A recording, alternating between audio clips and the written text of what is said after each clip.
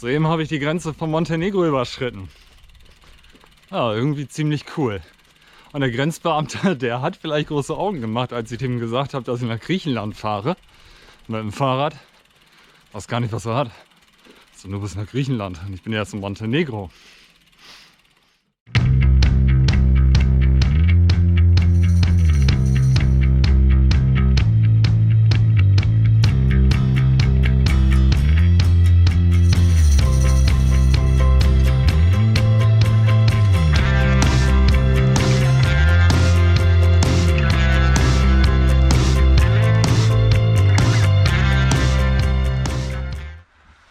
So, mein erster halber Tag in Montenegro war jetzt eher, ja, ich würde mal sagen, ein bisschen suboptimal.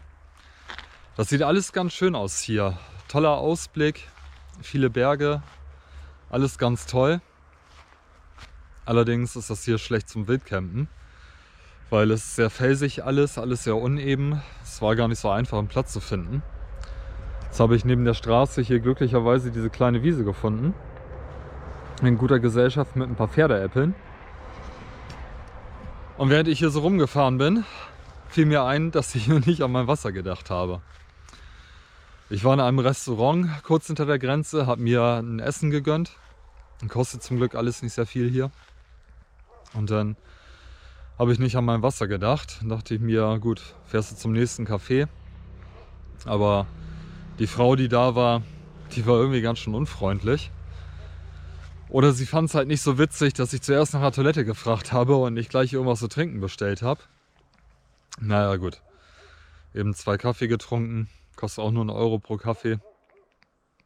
Ein bisschen ärgerlich, aber gut, nimmt man halt mit. Macht man, Wasser ein bisschen aufgefüllt und aus dem Wasserhahn. Mal gucken, wie es mir morgen gehen wird. So, jetzt erstmal ein bisschen Ruhe angesagt. Morgen wird besser. Dann geht's nach Nikšić.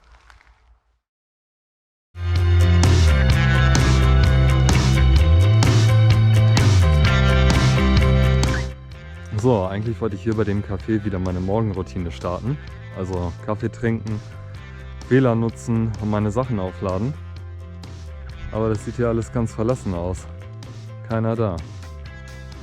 Erstaunlicherweise funktioniert aber das WLAN. Und eine Steckdose habe ich auch gefunden. Naja gut, muss der Kaffee halt warten.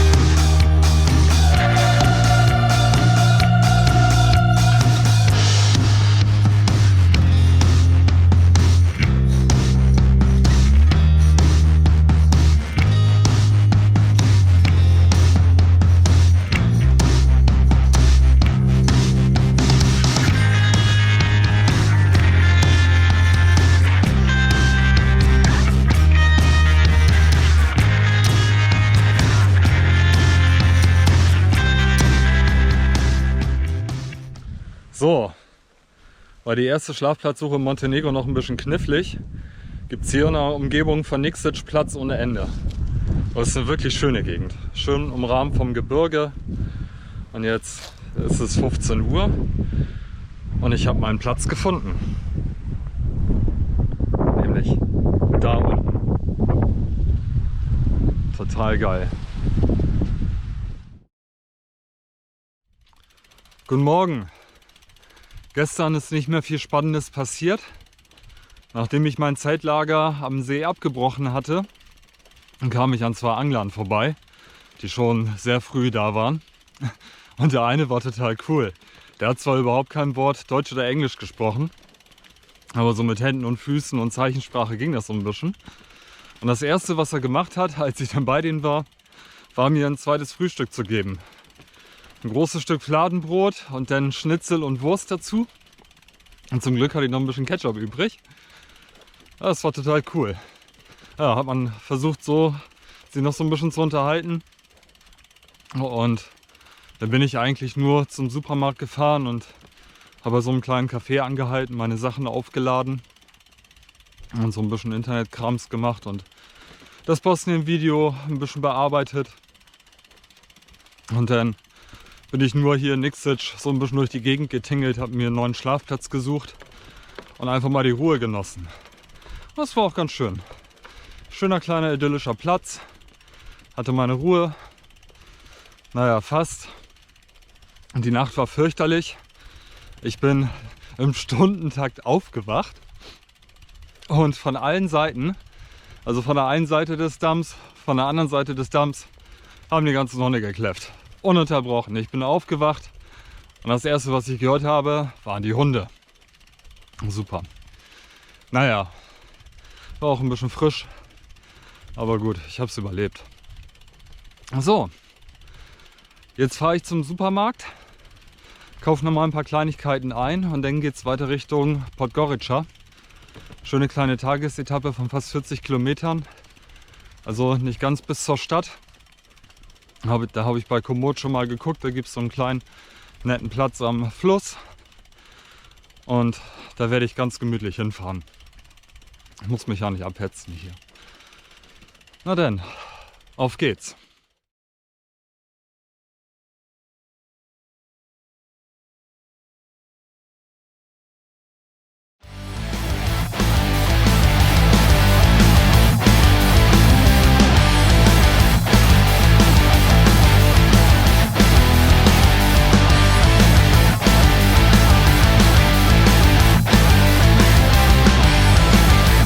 Ist das eine geile Strecke hier.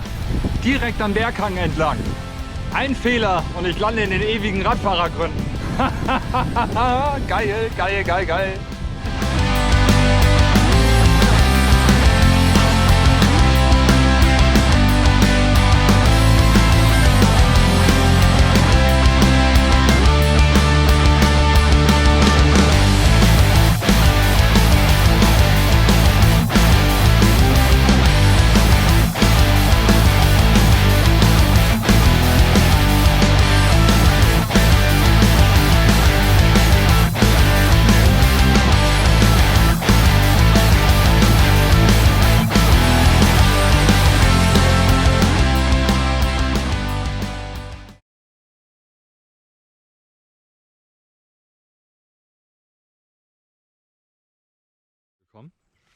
Dann hat er erst diesen Campingplatz angesteuert, der mir auf Komoot angezeigt wurde. Der sah auch ganz schön aus. Aber dann habe ich auf die Karte geguckt und dann auch einen Trampelpfad gesehen, der zu dem Fluss führt. Und dann bin ich dahin gefahren. Und dann habe ich da die Iris getroffen, die mit ihrem Camper-Van schon seit ganz langer Zeit unterwegs ist. Ja. Und ich denke mal, ich bleibe hier. Weil hier schön ruhig, der Fluss ist daneben, alles schön still und ich bin wie gesagt in ganz guter Gesellschaft hier. Echt schön und vor allem ruhig. Morgen. So, es geht weiter. Aber ich muss sagen, das war echt ein cooler Aufenthalt hier. Also vorgestern Abend, als es schon dunkel war, kamen noch Thomas und seine Freundin Uli mit ihrem Geländewagen vorbei und haben sich dann uns angeschlossen. Und ziemlich cool. Also ich glaube, dem Thomas bin ich damals während meiner Bundeswehrzeit, vor bestimmt 8 Jahren oder 9, schon mal über den Weg gelaufen. Ja, die Welt ist klein. Jedenfalls hatten wir einen ganz gemütlichen Abend mit einem richtig schönen Lagerfeuer. Und Iris, die Frau aus Belgien, die mit ihrem Camper waren, da war, die hat eine ganz interessante Geschichte, weil die hat zu Hause alles aufgegeben und ist jetzt mit ihrem Campervan und ihrem Hund Fredo auf Reisen, hat nicht mal eine Krankenversicherung und alles, ja, und schlägt sich halt so durchs Leben. Also Wahnsinn, dass man den Mut hat, tatsächlich so einen Schritt zu wagen. Na gut, ich mache ja in Anführungszeichen so ein bisschen was Ähnliches, nur in einer Light-Version. Ein bisschen Sicherheit mit einem Arbeitsplatz und Krankenversicherung habe ich ja doch. Aber wer weiß, was die Zukunft bringt. So, gestern habe ich dann ein richtigen Entspannungstag gemacht, also ohne irgendwie rumzuradeln. Ich bin einfach da am Platz geblieben, habe meine Wäsche ein bisschen gewaschen, meine Sachen aufgeladen, Video gemacht und einfach mal die Zeit genossen. Wetter war total super, das kann man sich dann schon mal gönnen. So, aber heute geht's weiter. Ich werde jetzt erstmal zu einem Café fahren, wieder den obligatorischen Anstandskaffee trinken und vor allem meine Geräte ein bisschen aufladen. Die sind nämlich fast alle leer. Und dann geht's nach Podgorica, der Hauptstadt von Montenegro. Und da werde ich aber nicht viel tun. Ein bisschen rumfahren, mir das mal ein kleines bisschen angucken. Ich habe es dann nicht so mit Großstädten. Und dann geht's Richtung albanische Grenze. Dann werde ich mir irgendwo vor der Grenze einen Schlafplatz suchen. Und dann geht's morgen rüber. Ein Schlafplatz in der Stadt Shkodra, der ersten großen Stadt. In Albanien habe ich auch schon gefunden. Bei zwei Amerikanern, ein Pärchen, ein älteres, über Warm Showers. Da freue ich mich auf jeden Fall drauf. Das wird cool. Endlich nach Albanien. Ich glaube, ich fahre hier gerade auf sowas wie eine Autobahn. Jedenfalls ist es zweispurig in beide Richtungen. Recht viel Verkehr. Aber die Straße ist total super. Und von 3 Dutzend LKW hat bislang nur einer gehupt. Naja, jedenfalls komme ich hier gleich runter. Ja. Naja, wenn Navi sagt, fahr da lang, fahre ich da lang.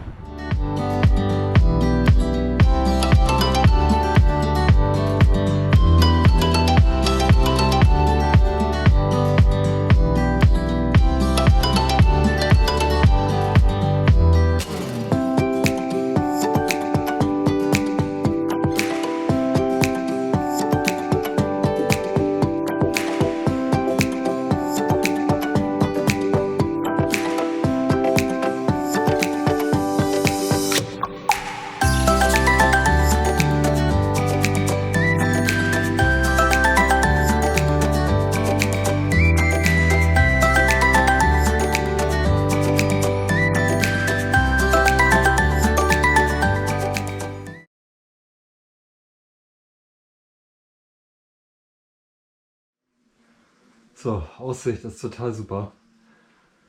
Ich hätte hier auch den idealen Platz zum Schlafen.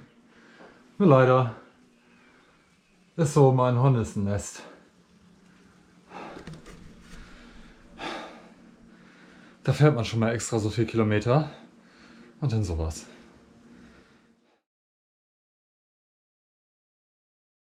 Ich hatte ja erst einen Friedhof gesehen mit einer ziemlich geilen Aussicht. Da wäre auch in der Ecke ein Platz für mich gewesen. Der war ein bisschen größer, der Friedhof, also vom Grundstück her. Aber das wären dann 10 Kilometer extra gewesen bis zur albanischen Grenze. So, jetzt habe ich hier diesen geilen Aussichtspunkt und den haben Hornissen schon beschlagnahmt. Naja, gut.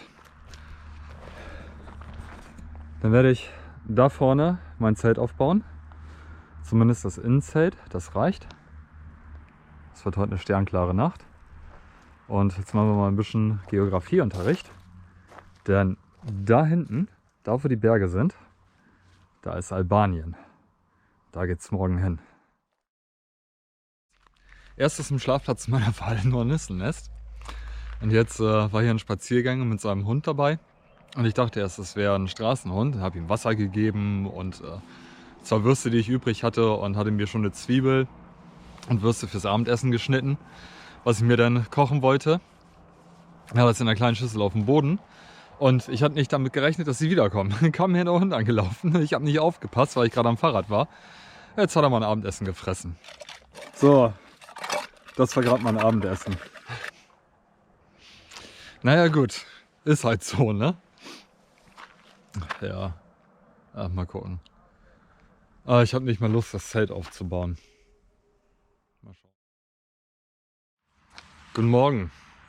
So, das war meine letzte Nacht in Montenegro. Und sie war warm. Und sie war sternenklar. Also habe ich mal das Zelt weggelassen. Tatsächlich. Aber es war eine tolle Erfahrung. Gestern Abend, als es dann auch schon dunkel war, kam der Tobi hier noch vorbei. auch aus Deutschland. Steht mit seinem Campervan irgendwo da vorne. Ja, und er hat so ein bisschen mitbekommen, was hier passiert ist. Und wollte mal Hallo sagen. Und weil er auch aus einer Fahrradfahrerfamilie kommt, konnten wir auch ein bisschen Fachgespräche führen. Voll cool. Naja, und habe ich ihm erzählt, was so mit meinem Essen passiert ist. Und Stunde später kam er dann nochmal runter, hat mir nochmal Sardellen in so einer kleinen Dose gegeben mit Öl und Maiswaffeln, weil er irgendwie ein schlechtes Gewissen hatte, dass ich jetzt hier ohne Essen dastehe und hungern muss in meinem Schlafsack. Also total cool. Das war schön. Das hat mich gefreut. So, gleich werde ich meine Sachen ein bisschen zusammenkramen. Und dann geht's nach Albanien.